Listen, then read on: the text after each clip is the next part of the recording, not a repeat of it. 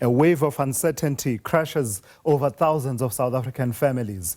ArcelorMittal South Africa, AMSA, and their decision to close its long steel products division in September will directly cost around 3,500 workers their jobs, with tens of thousands more potentially affected downstream. The reasons? A perfect storm of challenges ranging from soaring imports and unreliable rail freight to crippling electricity costs and weak local demand. Just weeks ago, Goodyear shut its Kariega plant in the Eastern Cape, leaving over 900 workers jobless after restructuring its operations towards imports. These aren't just numbers, as you'll know. These are lives, homes, and futures now in limbo. So let's try and unpack it all and see what's at play, what this means for the workers, their families, and the broader economy. I'm joined now by Professor Dieter von Fintel from the University of Stellenbosch. Good afternoon to you, Prof, and thank you for your time. Let's start with the ArcelorMittal story and really focus on it, because much effort has gone towards trying to avert this closure. I mean, we've been having this conversation since late last year, but it seems now we are at a point where it can't be stalled anymore. How and why did we get here after all of that effort? Yes, so these are very important questions, because for multinationals to stay in the country, they really need to see the value proposition and to keep the jobs that we so require, especially when they're operating plants in our own countries. For them, it's quite easy to then shift their operations to other countries because they have these multinational legs to work on. So in this particular case, it's difficult to come to really a conclusion as to what could have been done better, because there's so many different factors involved. Of course, given the international trade environment and with exports becoming more difficult with the tariff environment, it does mean that companies are looking for low-cost solutions to this. They did cite, of course, the difficulty with rail freight. They cited the difficulties with our infrastructure, with our electricity infrastructure and our electricity costs. And each of these adds to the cost burden of a company. Now, to solve these issues really takes a lot of time. It's not something we can negotiate away overnight, but it does just place the spotlight again on how South Africa needs to address structural issues if we are to attract and keep international investment that are important for creating jobs locally. So if we are to be frank with one another, then at least a part of that story is a self-inflicted wound, not the whole story, because in a moment you and I can touch on demand, etc. But it is fair to acknowledge that a part of the story is a self-inflicted wound. Yes, and I mean, I think it's not like it's a wound that we've purposefully inflicted on ourselves, like we decided to do this, but it's just over the years, some of the things we've neglected to pay attention to. For instance, rail freight is one of the important ones. And we've seen recently the recent reforms to rail freight and how there will be greater private sector participation. These are some of the moves which we're starting to sort out a problem which has been coming on for a long time. So it's not a wound that we've, like a stab wound where it's quick in and out, but it is a wound that has been festering for a long time. And basically a symptom of structural decay, which we do need to acknowledge. Yeah. Let's talk then about the other factors, such as increased imports.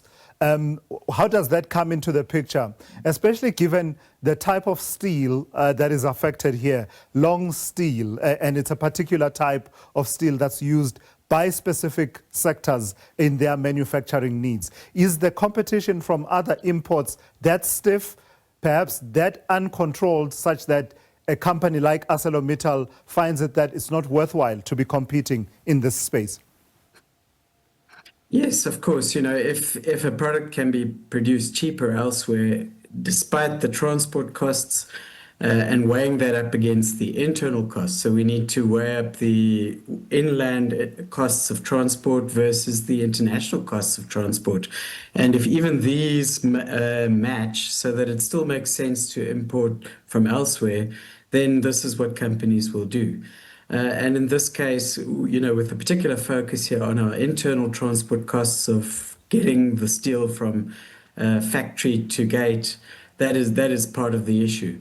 So then it does start making sense to import rather than to produce locally, and especially even if it's within country, so that ArcelorMittal can actually have plants in other countries.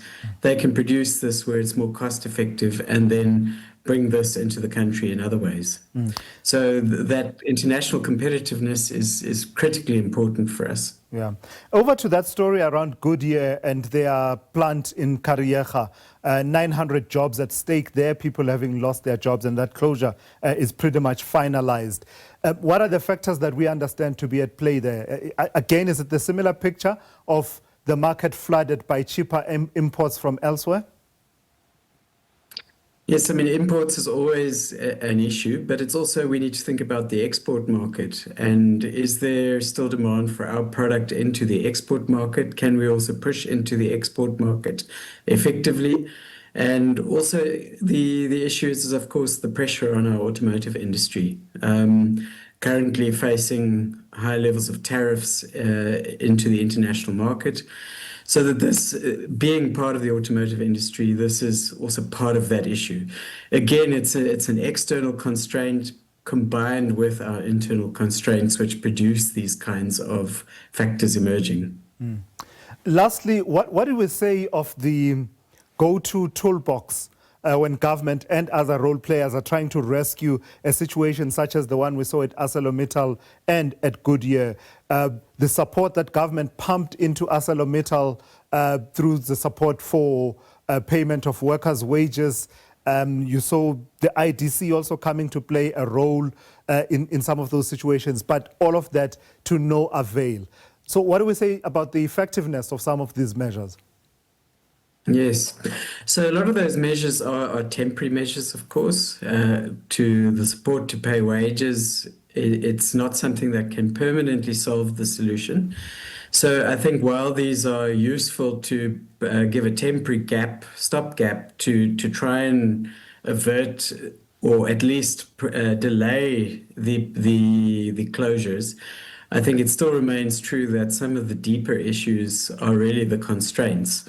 So in this case particularly, it means that it could actually help them to stay afloat for a little bit longer and to stay here a little bit longer.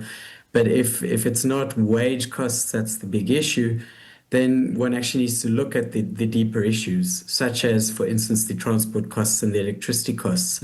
And these are, of course, things which cannot be decided by a single government department. The regulators need to decide this. And also it means we also have to make physical investments. It's not just an investment at the factory gate or where the factory is located, but it also means that it's an investment across the entire country where the value chain needs to operate. So that these are much bigger things than just plugging little gaps, because these are quite bigger structural issues which we're talking about. All right. Which are preventing these companies from staying. Yeah. All right, let's leave it there for this afternoon. Thank you for your time. That's Professor Dieter von Fintel, who is from the University of Stellenbosch. There you have it. Whenever you hear the conversation about structural reforms that are needed to keep our economy efficient and competitive, these are the results. The work is being done, but it would seem, at least in these two instances, the horse seems to have bolted.